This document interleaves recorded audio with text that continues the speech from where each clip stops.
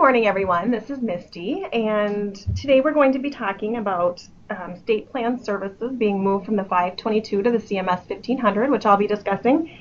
And then Leslie will be reviewing the HIE policy, and Deb will be reviewing the Section Q policy.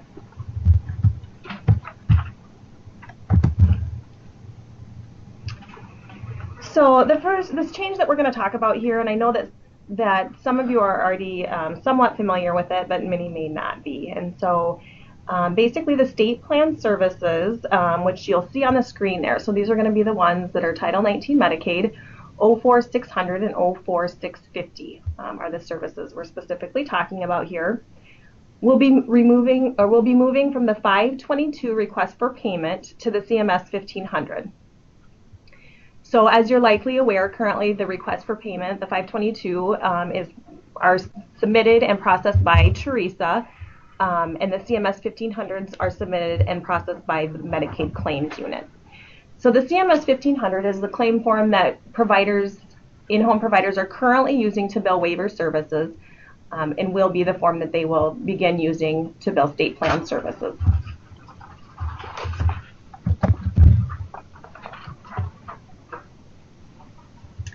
So the reason for this change, as you can see, there are several reasons here. One is compliance with CMS. One is that Medicaid claims should be billed directly to Medicaid. And we do believe this change will also be more efficient. So the benefits of the change from the 522 to the CMS 1500, again, is really compliance with CMS.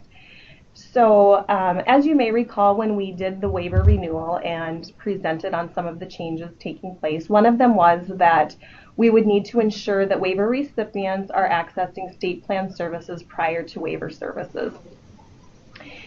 And so this is part of that. This is actually just phase one of that process. Phase two, which will allow waiver consumers to access state plan services prior to waiver, will occur in the future, and we're not exactly sure on a date of that yet, but we will keep you informed of that. Additionally, like we talked about, this will be more efficient, as like I said, the claims will go directly to Medicaid versus having to come in on the 522 and be processed through the SSIS system. We also believe that this change will be less work for staff. So up front there is some work that will need to be done, which I'll discuss here in a little bit. But ultimately, down the road, this is going to be less work for many staff members. Specialists will no longer have to enter the information for state plan services into the 910. Data entry, so Teresa and Sam will have less claims to enter because the state plan claims will be going directly to the Medicaid claims unit. There will be no need to reconcile the SSIS and MMIS systems like we currently have to do. And there will be some positive impacts for finance staff having to track these services as well. And another benefit will be that we believe it will be more consistent for providers. And the reason is that providers will be billing all Medicaid services on the CMS 1500, which is the Medicaid billing form. We also believe that potentially there may be less errors and less reconciliation for, again, Teresa and data entry staff.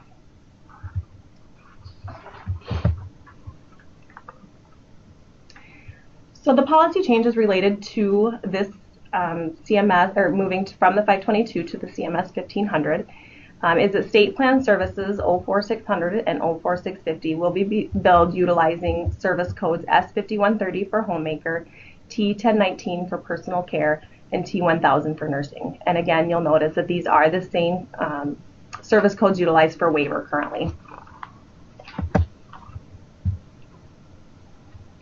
And the other policy change, which we've already discussed, is that state plan services will be billed on the CMS 1500 instead of the 522 request for payment form. So the next steps related to this change, we officially have a target date for full implementation of April 30th, 2017.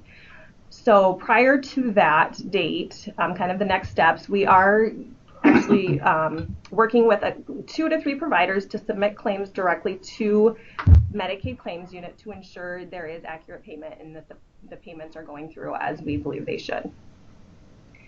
Following that assurance, we will offer some provider training regarding their need to bill the services on a CMS 1500 versus the 522 request for payment form. As far as next steps for specialists, we will be providing more information regarding this. So more information will be to come in the next couple days, hopefully. Specialists will need to update the 910 to terminate the state plan services, again, 04600 and 04650. They will also need to update the authorizations to include new service codes, the S5130, T1019, and T1000, include the Medicaid number, and remove the SID number for the authorizations that are currently authorized to be paid through the 522 that will then go to the CMS 1500. And the reason that we will need to remove that SID number is to reduce provider confusion, hopefully. If they have the SID number, we've heard from providers when it includes both that they're confused about where to bill. And we are also hopeful that removing the SID number from the authorizations will potentially reduce the number of claims providers submit on the 522 as we make this transition. So I will be sending out a list of consumers that are currently authorized under state plan service codes of 04600 and 04650 that specialists will be able to use as a reference point for taking these next steps of terminating the the services in the 910 and updating the authorizations. And this is Beth. I just have one point of clarification to add. When the specialists go into the 910 and terminate those services, the termination date will be 4/30 of 17.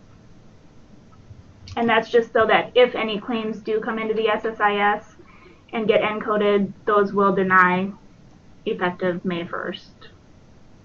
Okay. We do have a question in the Q&A. It says the CID number will automatically show on authorizations that have other regular services, such as medical supplies. How do we then remove it from the authorization? Jennifer, can you speak to that at all? Jennifer Gant? Yep, I can adjust the template as we get the authorization form updated. And maybe we'll have to go back to having several different authorizations, so we're only pulling in the correct SID number, Medicaid number, etc. when it's appropriate to do so.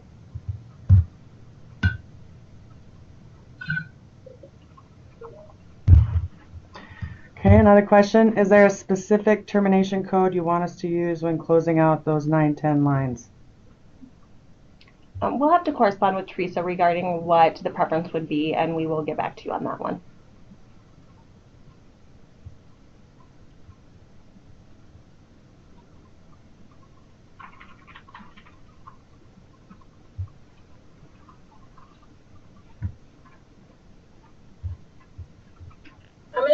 This is Tracy, can you hear me? Yes, we can hear you, Tracy. Okay, I'm just going to talk. It's easier than typing for me. So, for example, back to Barb's question, if we have a provider, it's the same provider for the supply services as well as for the homemaker personal care nursing services. Typically, we just send one authorization. What do you want that one to look like as far as SID number, no SID number? I think we can think through that a little bit. Potentially, I mean, for the most part, the SID number is really just to avoid provider confusion. So we may potentially leave it on there and maybe add some, we talked at one time about potentially adding some instructions or something to the authorization. So we could potentially look into that a little bit further. So we will have to kind of discuss that as well.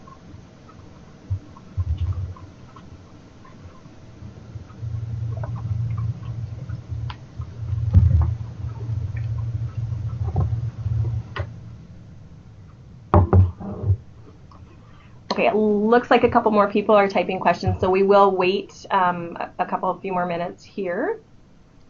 Okay, next question. Will you be CCing supervisors with the specialist list? Some of my staff have a very busy month this month, so I may need to help them with their lists. Yes, we can do that.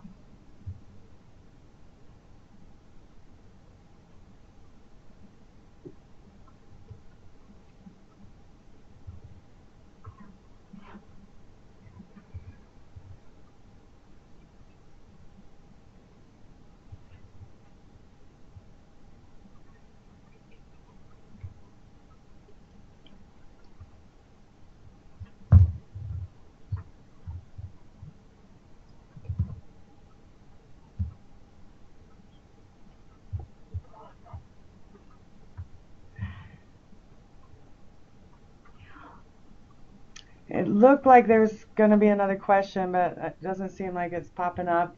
So does anybody have any other questions for Misty on the state plan services?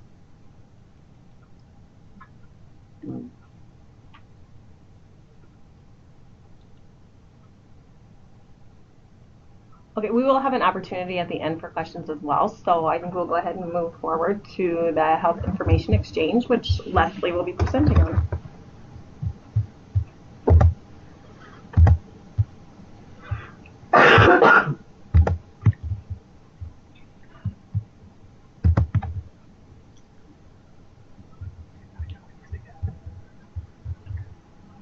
Okay, so now that everyone has been trained on the Health Information Exchange, we thought it would be really helpful to kind of take a step back and review all of the information regarding the HIE as a refresher. All the information being presented on this presentation for the most part is in the policy that was provided to you in the webinar materials for today.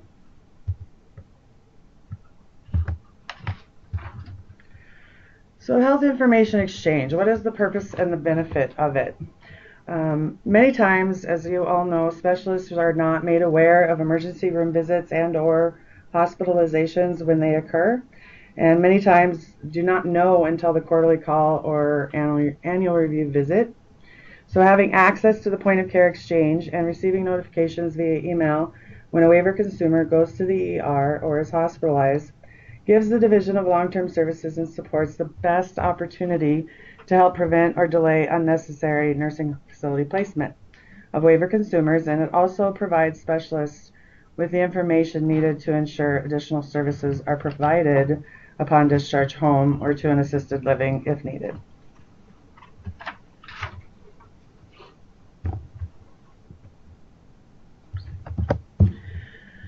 So the point of care exchange, what is the point of care exchange? It's South Dakota's HealthLink point of care exchange website. It supports the exchange of a limited set of electronic patient chart information safely and securely. But how will it help specialists? Specialists will have access to HealthLink's point of care exchange and can search for any patient that is also listed on the specialist waiver consumer list or any patient that is currently being assessed for waiver eligibility to get recent information regarding ER visits and or hospitalizations. Current waiver consumers and consumers being assessed for waiver are the only consumers specialists are permitted to look up in the point of care exchange. However, specialists do not have to wait to receive a notification on a waiver consumer before searching for this consumer in the point of care exchange, and can search for information about the waiver consumer prior to completing an annual review visit or home visit or quarterly call.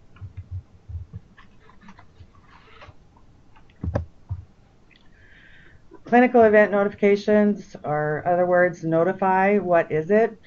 It is a user-configured website that provides real-time notifications to specialists regarding noteworthy care events for waiver consumers. And how will it help specialists? Specialists will have access to the Notify website where the waiver consumer list can be maintained and individuals can be added or removed from the list at any time. Specialists must subscribe to receive notifications when a waiver consumer is admitted, discharged, or transferred from a hospital or emergency department, so that notification will be received via email when these events occur. When a notification is received via email, specialists must log into Notify to get the information contained in the notification. Once the information in the notification is obtained, specialists can then log into the point of care exchange to get additional information regarding the waiver consumers emergency room visit, and or hospitalization. I just wanted to point out here that in the material sent for today's webinar, there is an event notification or notify user manual for specific instruction on adding a consumer list, creating a subscription, adding to or removing from the consumer list, etc. So the HIE notification response protocol. Follow up via phone call or in person as determined necessary on all notifications to discuss current services and work with the appropriate entities to ensure the consumer's needs can and will continue to be met upon returning home. It also, we need to ensure the consumer, family,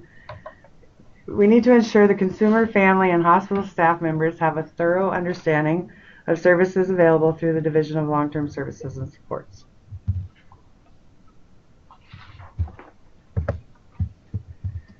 Follow-up must occur as soon as possible, but no later than 3 business days after the date of the email notification, and it must include communication with the consumer, which included in that is communication with if the communication with the consumer is not possible, it may be beneficial to follow up with the family if they are available, but you might want to do that whether or not you are able to talk to the consumer or not. You want to follow up with the family. In addition, communication with discharge planner, hospital staff regarding plans for discharge as determined necessary per the discussion with the consumer and or family would also be beneficial. When following up with the discharge planner and or the hospital staff, it's really important if you have to leave a message to identify who you are and specify in your message that you would like to visit with them about the discharge plan for one of your consumers and assist if needed. The hope is they will be interested in communicating with you and will call you back if they know you are calling to assist them with the discharge plan.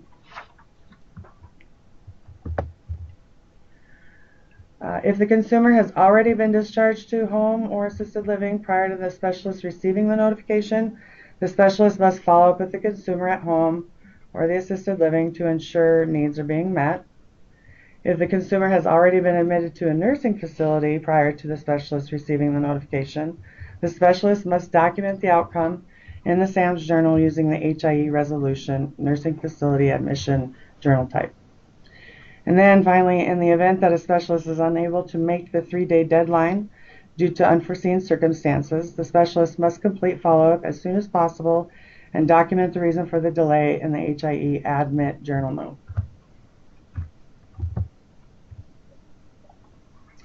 So the HIE journal types that are available in SAMS, the first one is HIE admit.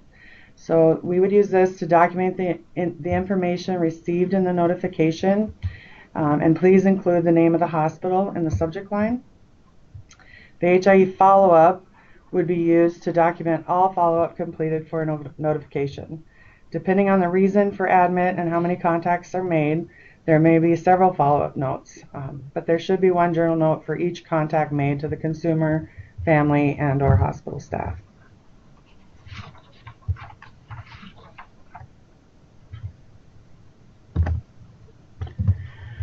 For the HIE journal type resolutions, there are 3. The first one is HIE resolution successful diversion. You will want to choose this resolution if the discharge plan or discharge planner indicated at any time during initial or follow-up communications, the consumer would be admitted to the nursing facility at discharge. However, the consumer was not admitted to the nursing home after the hospitalization due to collaboration with LTSS staff. So this person was successfully diverted from nursing home placement. The second one, HIE resolution nursing facility admission. You would choose this resolution if the consumer was admitted to a nursing facility immediately following the hospitalization. And then finally, the HIE resolution neutral. You would choose this resolution if during initial or follow-up communications with the discharge planner, discharge to a nursing facility was never discussed and or never considered as an option. Neutral should also be chosen if the specialist did not have an opportunity to be involved in the discharge process. So for example, if the specialist received the admit discharge notice at the same time or over the weekend and did not have time to communicate with the consumer prior to discharge, or an ER visit, things like that. You would also use the HIE resolution neutral if death occurs prior to the consumer's discharge. Just a note here that all HIE notifications must have one HIE admit journal, at least one follow-up journal, and one of the 3 HIE resolution journals. However, in the event that the specialist is not able to make contact prior to discharge, journal follow-up notes can be combined in the resolution journal note once contact has been made. In some circumstances, going home against medical advice, or AMA, could be considered a successful diversion. So for example, if the physician is adamant that the individual needs nursing home placement, but the consumer is refusing, and LTSS can successfully meet the individual's needs in the community, the consumer has the right to make that choice. And LTSS would honor the consumer's choice as long as he or she is competent, and LTSS would consider it a successful diversion.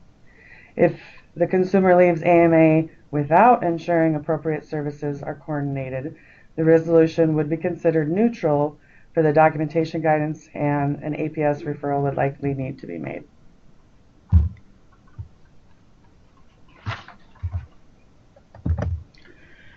For the HIE notifications and critical incidents, if an HIE notification includes information regarding death, serious injury, or missing person, a critical incident journal note must also be completed in addition to completing the HIE documentation requirements.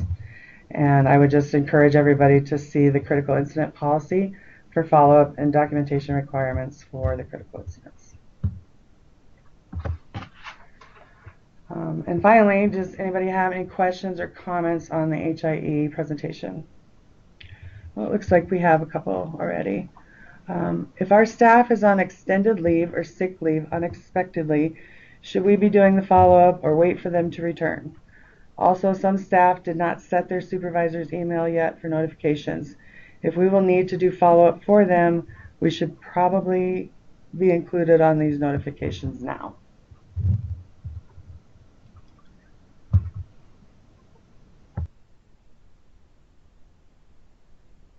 This is Jennifer. I guess maybe I can answer that. If you have a staff that's unexpectedly out for more than a day or two, if you contact me, we can get in touch with Mandy and have her add your email to that subscription kind of on the back end, so then you can get those notifications in that staff's absence, even if they don't set that up prior to their departure.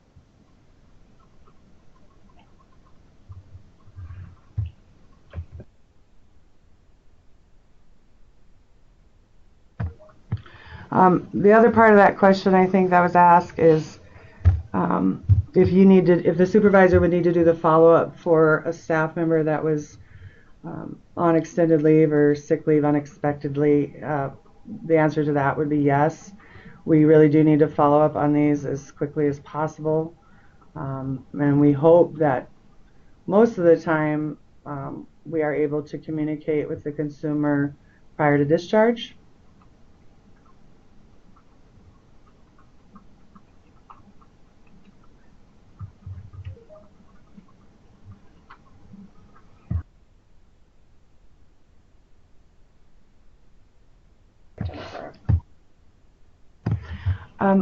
I'm sorry, what did we want to repeat? How we would handle the notifications to supervisors? Okay. Jennifer, could you repeat that, what you said about the notifications to supervisors? Absolutely. If you have a staff that knows or is planning to be out of the office, prior to them leaving, we can walk you through the process of having them add your email address to their subscription so you receive it in their absence. If you have a staff that's out unexpectedly and didn't have the opportunity to do that prior to them leaving the office, if you let me know or let Leslie know, we can contact Mandy with South Dakota Health Link and have her go in on the back end of the subscription. Go ahead and add your email address in there for you, so then you can start receiving those notifications until your staff returns.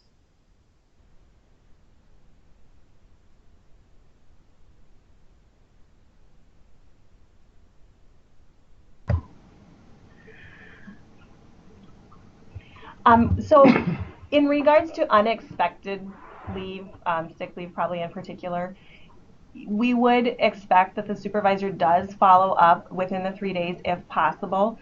So yes, I think, yes, if they're unexpectedly gone, that we would hope that the supervisor could follow up. The next question is, how do we document if a consumer goes to a swing bed or rehab? Is that still nursing facility admission? And yes, that would be correct. You would document that as HIE resolution, nursing facility admission.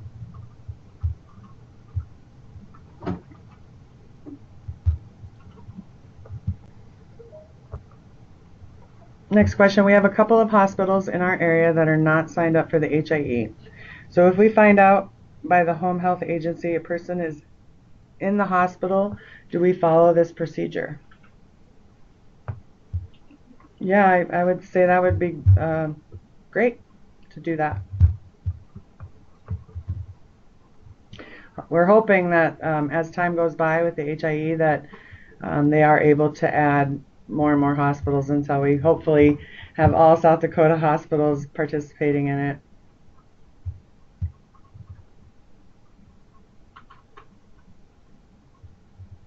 Leslie, just to kind of piggyback up on what you said, I think I just want to help clarify. You would follow the same process, but I would not say to use the HIE notification journal types, because kind of the purpose of those is to help correlate our use of the HIE with diversion. Correct me if I'm wrong, but I just wanted to add that. Yeah, that's a good point, Jennifer. Thank you. Another thing I forgot to mention in the presentation is that I also sent a point of care exchange user manual out with today's webinar materials in addition to the notify user manual.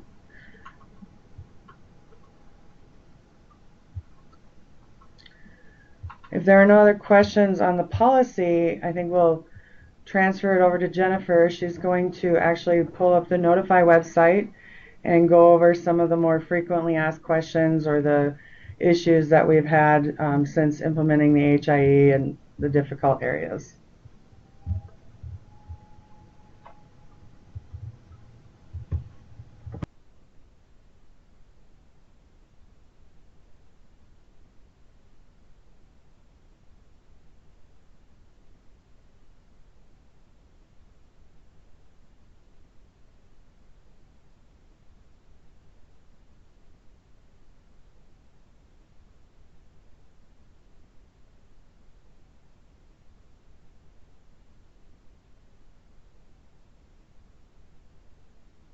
Okay, I think everybody should be able to see my Notify screen. I'm just going to go ahead and log in.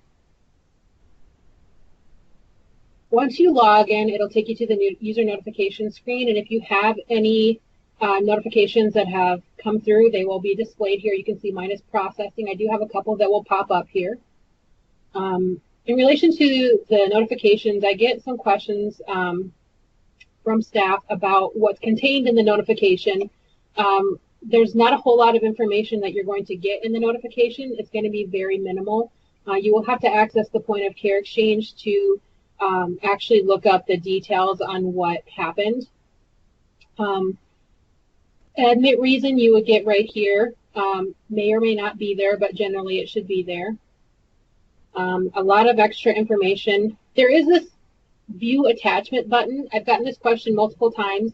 When you click on this and I open it, there's really no information there. It's basically information about the ADT feeds or something, you know, on the back end that really does not involve us. So there's no need to click on this view attachment, and there's nothing there for us to see either way.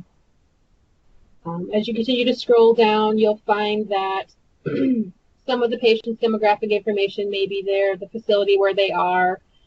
The servicing facility will have an acronym for the facility. If you're not sure what that acronym means and you want to go ahead and look that up, you can do that.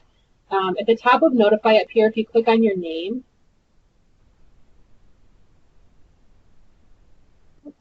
I'm going to go into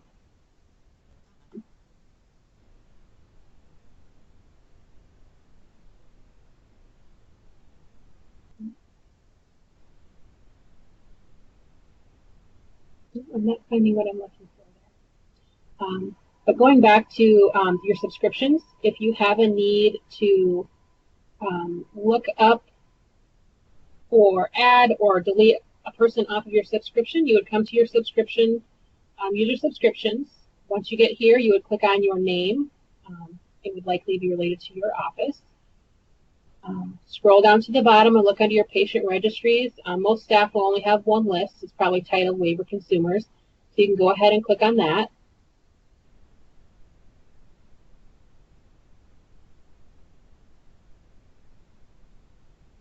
And then you would click on List on the left-hand side. And this is going to show you a list of all the patients that is on your consumer list. If you want to add a patient to this, if you open a new waiver case, there's a button to add patient right here. You would just click on that. Fill in their first name, last name, gender, and date of birth. You can see they have a red asterisk, which indicates that they are required. You may enter their social security number. Please always leave address and phone number blank. Reason being, if it doesn't match exactly what's in the medical record, it might not get you the results that you're looking for. Once you have all the information added there, you click on Save. It'll give you a pop-up message saying, do you want to add this person? You click on Yes, and then it'll take you back to your list of consumers, and it'll show that that person has been added. If you want to delete someone off your list, you kind of follow the same process. You click on User Subscriptions, go through that, and you get to your list again.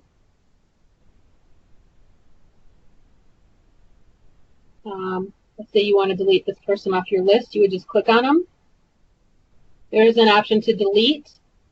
Are you sure you want to delete? Click on Delete, and then it will show you that that person was successfully deleted from your patient list, and it will again display the list of patients that are currently on your list.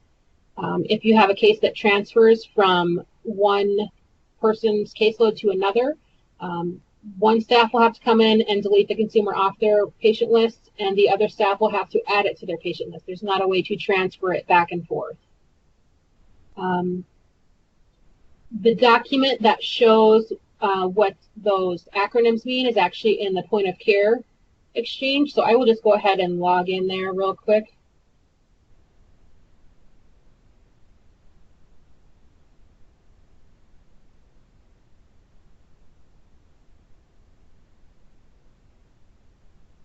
You'll notice here that there is a reset password button here if you forget your password for the point of care exchange. Notify does not have that as an option right now, so if you get locked out of Notify or forget your password, you have to let Leslie or I know so we can contact Mandy to get that reset for you. Under your name, if you click on the drop down, you'll have a link. Click on My Links and then Acronyms. That'll open a document in a separate window where you can search for the acronym that you were looking for. In the notification we looked at, it was QOP.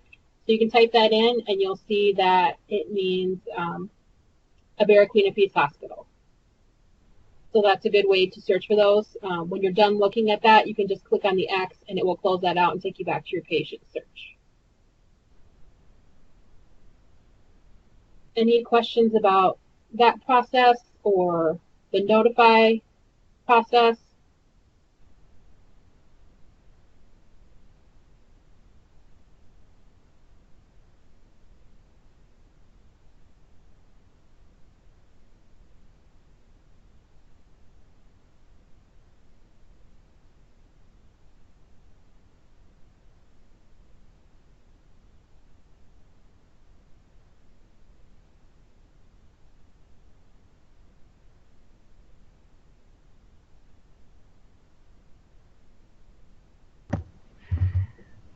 Are there any other questions related to the HIE presentation with the policy or with the actual websites and Jennifer's review?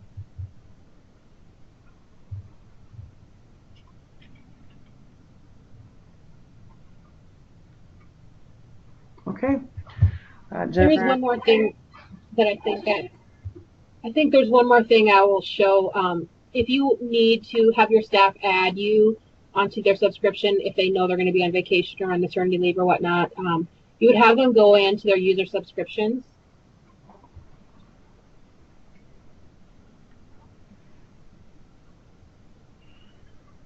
Click on their subscription here. Waiver consumers is generally how they're named.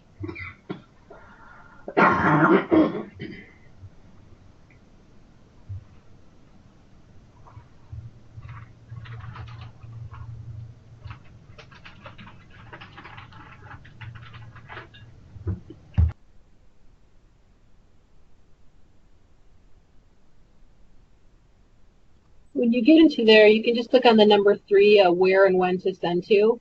This will have their email address. To add you, they just click right behind it, add a comma, and then start typing your email address. There should be no space in there, and just a comma, not a colon or anything like that. And then you would click on save, and then let Leslie or I know anytime a subscription has been updated, so we can let Mandy know to make sure that it was done correctly, so there's no lag in receiving any kind of notifications. So that's how you would go through that process. But like I said, if you do, let one of us know so we can let her know so she can verify that it's correct. One thing that we actually did today, there's a vacancy in the bookings office. So what we did is when that staff left, we had Let's Go to Health Link inactivate her in Notify and in the point of care exchange. And then what we had is that supervisor selected one of their staff to receive notifications for that caseload until a new staff could be hired. I just walked that staff through going in, adding a second subscription with the new patient list. That was for that vacant caseload. So they'll be getting notifications for their waiver consumers and also for the vacant caseload waiver consumers. Once a new staff has been hired, we'll have that other staff go in, delete that subscription, delete that patient list, and have the new staff create their own subscription and patient list. So that's kind of the process that we've actually just done for the first time. So if you do have a vacancy, that's kind of how it will work.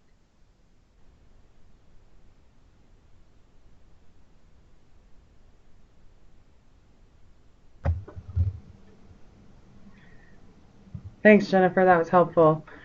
Do any of you have any other questions for HIE then before we move on to the section Q?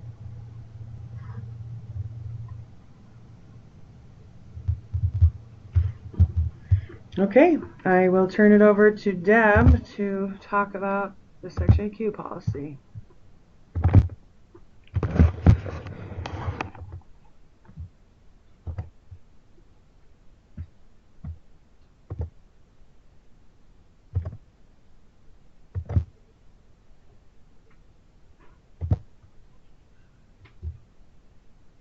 Morning, everyone.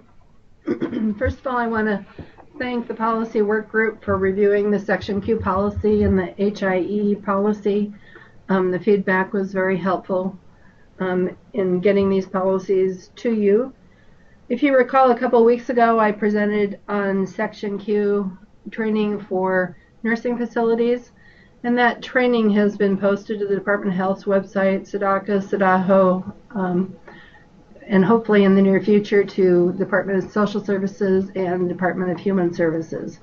So the facilities are being trained, and then in addition, on April 19th, I will be at the SEDACA conference in Sioux Falls with Barb's assistance, providing training on Section Q again to the facility staff.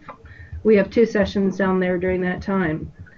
So the staff are being trained, and we're starting to get phone calls.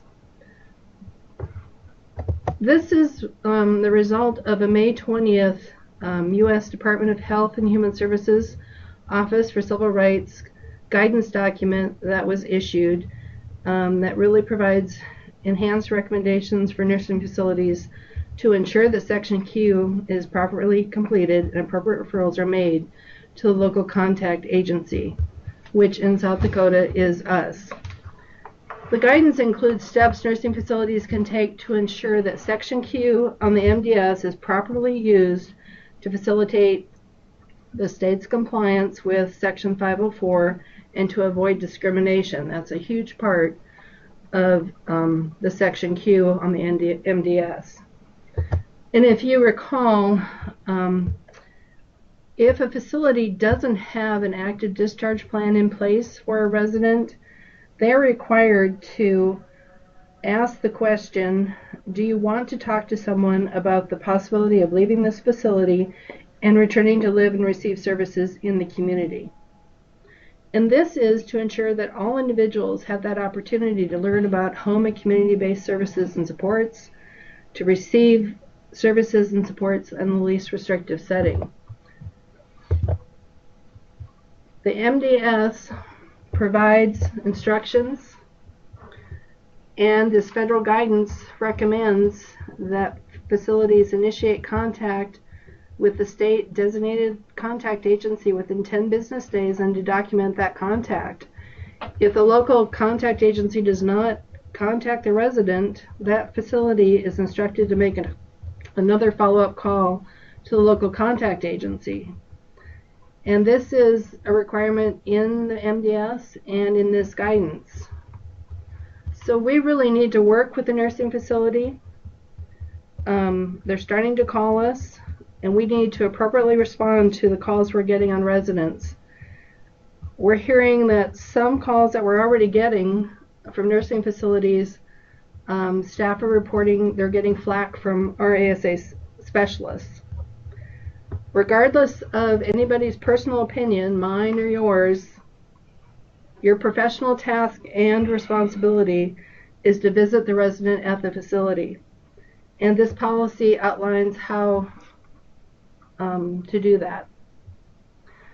So again, I just want to reemphasize that the MDS provides instructions and that federal guidance recommends that they initiate that contact. And if you want to follow along on your policy, there's been significant changes made on page 1. At the bottom of the policy, we're looking at any time a resident seeks information on services and supports available in the community, it's a Section Q referral. A resident can at any time come up to nursing facility staff and indicate their desire to learn more about how they can live in the community. And that facility at that time is instructed in the MDS and in this guidance to contact the local contact agency. A nursing facility can call because that resident indicated to them that they want to leave. And then again on that Section Q MDS, that's going to initiate another call to the local contact agency. And then we have our long-term care ombudsmen who are going in and visiting residents and facilities, and they might visit with a resident, and as a result, again, that resident's going to call, or the local ombudsman is going to help that resident make a call.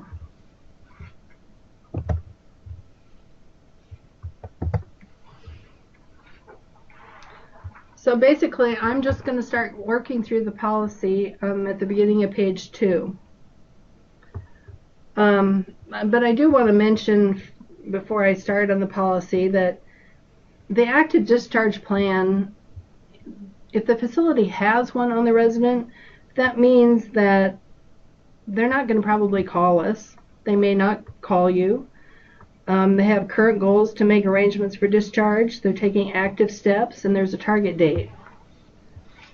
However, as part of that discharge planning process, the facility may need your help in developing the discharge plan. So you likely will receive a call, and they need your expertise and your information on what's available as far as community living options, services, and supports, and what providers are out there to meet that person to make a successful discharge to the community.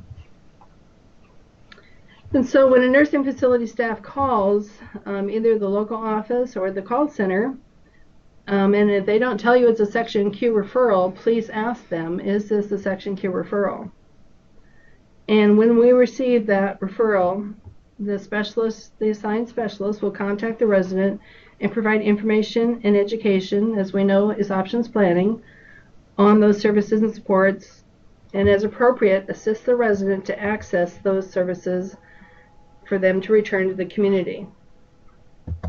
And we're going to do this by visiting with the resident at the nursing facility within 10 business days of receiving the referral to discuss what's available. And when on the rare occasion a visit cannot be completed within 10 days, the specialist will phone the resident within 3 business days and then complete a follow-up visit with the resident within 14 days of receiving that referral. Now the specialist will explain the purpose of their visit. I understand you would like information about the possibility of living in the community, and then they're going to provide that options planning, information, and education. They're going to discuss with the resident what their preferences are on where they would like to live and the services they feel they need. Clarify their interest in moving back to the community, whether that's an apartment, their own home, another place. Ask if you could obtain the services you need, would you prefer to live in the community? And then determine what services and supports the resident wants and needs. And then identify any barriers or concerns that they may have about living in the community. Now, at any time, the resident needs to know he does not need to make a decision. He could change their mind, so we need to point that out, that we're providing them with information, and we're not holding them to, yes, you have to move, or no, you don't have to, but helping them with that decision support through providing the information and the knowledge they need to make a decision. And some of the choices the resident may make is to make plans to move into the community. They may decide that they don't have enough information and they want to defer their decision to a later date. Or they may tell you they're no longer interested in information on services and supports. So when a resident wants to make plans to move to the community, if they have been in the nursing facility for 90 days and they need that financial assistance to transition, the specialist will confer with the facility staff, like they should on all discharge plans, explain the Money Follows the Person program, and then make a referral if that's appropriate for that person. And you make the referral to the Money Follows the Person program directly to the program director, which is Sarah Spizak in Sioux Falls. Now, if the resident has not been in the facility for 90 days and does not need that financial assistance to transition to the community, we are still going to assist the resident and nursing facility staff to access the services and supports they need to live in the community.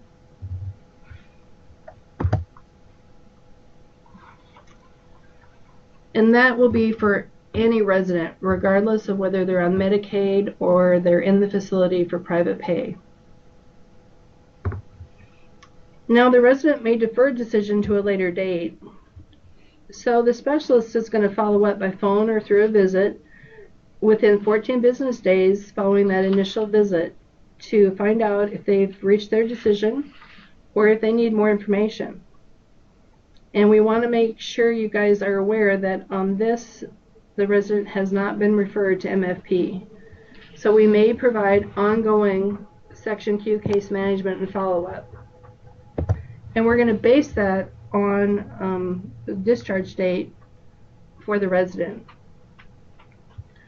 So on the first discharge date, within the next 3 months, the specialist will complete a minimum of monthly phone contacts or visits with the resident and facility social worker.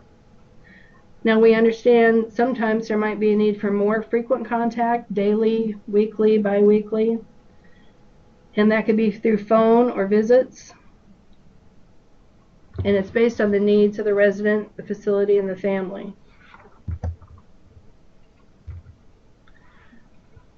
A resident's discharge plan may have a discharge date of 3 months to 6 months. And in these cases, we would complete a minimum of monthly phone contacts with the resident and facility social worker. A resident's discharge plan may have a discharge date of 6 months or longer, or there may not be a future discharge date determined. In these cases, we would complete a minimum of quarterly phone contacts with a resident and or facility social worker for 1 year. And then if after 1 year the resident does not have a discharge date, we would terminate the Section Q case management, care enrollment, care plan, and service plan in SAMS. Now, for those residents who are no longer interested in information on services and supports, the specialist will just provide their contact information and perhaps their business card.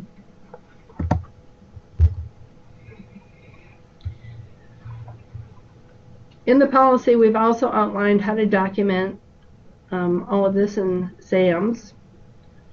And as that local contact agency, we're responsible for maintaining data on nursing facility referrals by documenting calls from the nursing facility or residents or the long-term care ombudsman.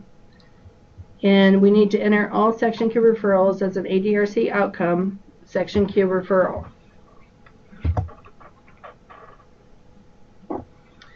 Document all Section Q follow-up in SAM's journal using the Section Q follow-up journal type. Depending on the resident's needs, the number of contacts made regarding the referral, there may be several follow-up notes. There should be a corresponding journal note for each separate contact that is made with the resident, with the family, with the guardian, with the power of attorney, nursing facility staff, or the long-term care ombudsman. So you may have 1 note, 4 notes, 5 notes from any of those entities. Open a Section Q case management, care enrollment, care plan, and service plan in SAMs for ongoing discussion case management with a resident and/or nursing facility social worker. You're going to select one of the following Section Q outcomes, journal types, and document a corresponding journal note in SAMs. Referred to money follows the person, transitioned to community, remained in long-term care, or other. When we select referred to money follows the person, this is when the resident is referred to the money follows the person program. The Section Q care enrollment, care plan, and service plan should remain active in SAMs while the resident is being evaluated for money follows the person and waiver eligibility. And then you would follow the same process for money follows the person as you do now. When the resident is not eligible for money follows the person and or waiver services, continue to assist with the transition to the community. You would add a journal note when that transition is successful, unsuccessful with the appropriate Section Q outcome. They transitioned to community or remained in long-term care or other as applicable. And when they transition to community, you choose that outcome. And when they remained in long-term care, you would choose this outcome when they remained in that facility or they moved to another nursing facility in the state. And when we have another situation, it would be applicable for when a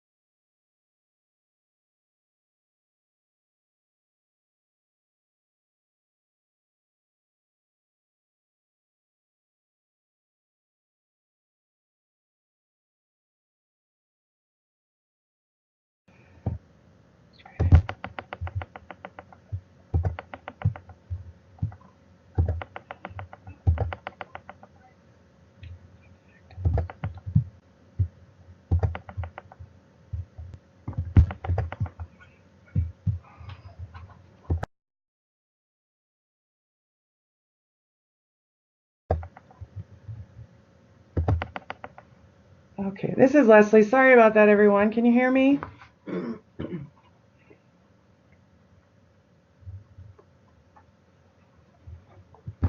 Yes, we can hear you. Okay, thank you.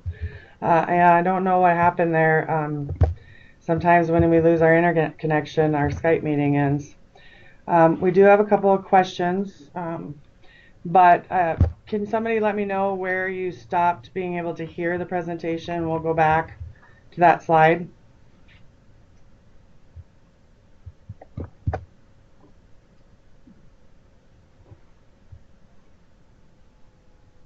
Goes back to 30. Oh. So it sounds maybe like the current slide is the only one we did not hear. So all Section Q referrals must have at least one Section Q follow-up journal note and one of the 4 Section Q outcome journal types selected with a corresponding note. And those Section Q outcomes are referred to Money Falls person, transitioned to community, and remained in long-term care or other when someone died or transferred to a nursing facility out of state.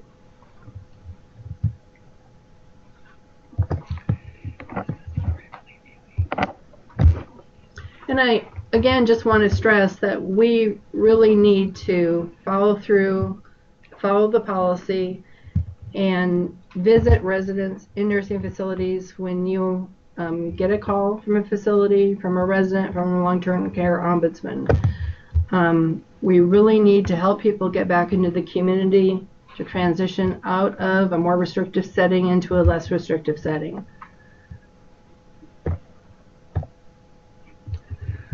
One of the questions in the Q&A is, what is MFP's responsibility in keeping the ASA specialists updated on the status of their MFP referral? Our staff are consistently reporting they don't know the status of the MFP referral, and the journal notes are extremely vague. Yeah, I'm aware of that, and Sarah Spizak is aware. Her staff are part-time staff, and she is talking to them about journal notes, but I know that she's reported that's been an issue. And I will again visit with her. You can, of course, always call the transition coordinator yourself, or this, if you guys have that contact information, I can, send it out if you don't have that. They have email and phone numbers. I mean, there's nothing saying the specialist can't make contact with them and make those requests. And then we have another comment that says, I'll add that when following up with the local MFP contact, they are getting pretty generalized responses, such they've completed the initial visit and giving specialists little or nothing to work with. Okay, I'll pass those comments on to Sarah.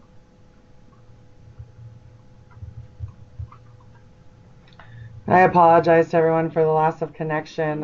It's out of our control. It's all based on the network. However, we have some more time. If you have any questions for Section Q documentation, let us know.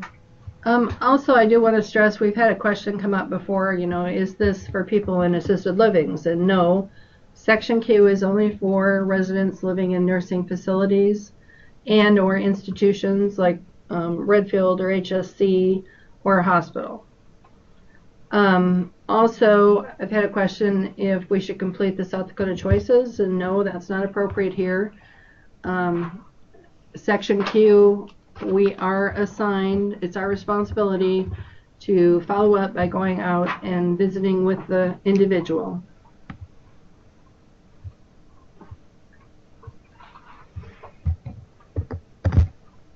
Another comment, some specialists have also reported not being called back at all.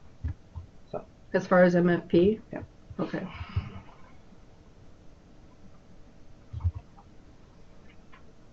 This is Jennifer. I just wanted to add one more comment. Throughout Deb's presentation on Section Q, in several places she talked about providing options planning to the residents. Just know that when a staff is providing Section Q case management and provides that options planning as a part of that, It's not necessary for staff to record the service deliveries for options planning like they normally would. Providing the Section Q case management, options planning is just assumed that that's part of it. So just so they know, they don't have to do both processes if they're doing the Section Q.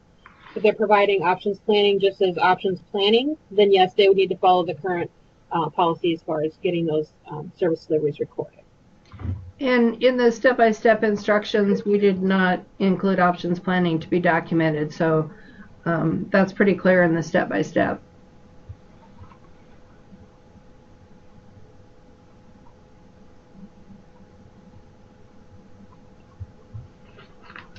This is Beth. I just want to take a moment to thank Deb, Leslie, and Misty for their hard work in getting these policies completed, updated. Again, thank the policy work group for your work in helping us to get the policies completed and distributed. We appreciate your attention to these new policies and new processes. Like Deb mentioned, this is a very important initiative that we are responsible to complete. And so again, just want to stress the importance of making sure we document these calls correctly as Section Q referrals. Anytime you're getting those calls from the nursing facility and they have indicated that either it is a Section Q call or that they have, they're calling about a resident who wishes to talk to us about returning to the community. So really important that we're capturing those correctly. We do utilize that data in looking at our outcomes and reporting back to the federal government. So just wanted to make note of that. And again, thank you for your time and attention. And we look forward to being able to see some good results with our HIE now that we have that up and running. And so again, that documentation is going to be very useful as we go forward to determine, how the HIE is benefiting our consumers. So thank you again, everybody. If there are no other questions, that's all we have for today.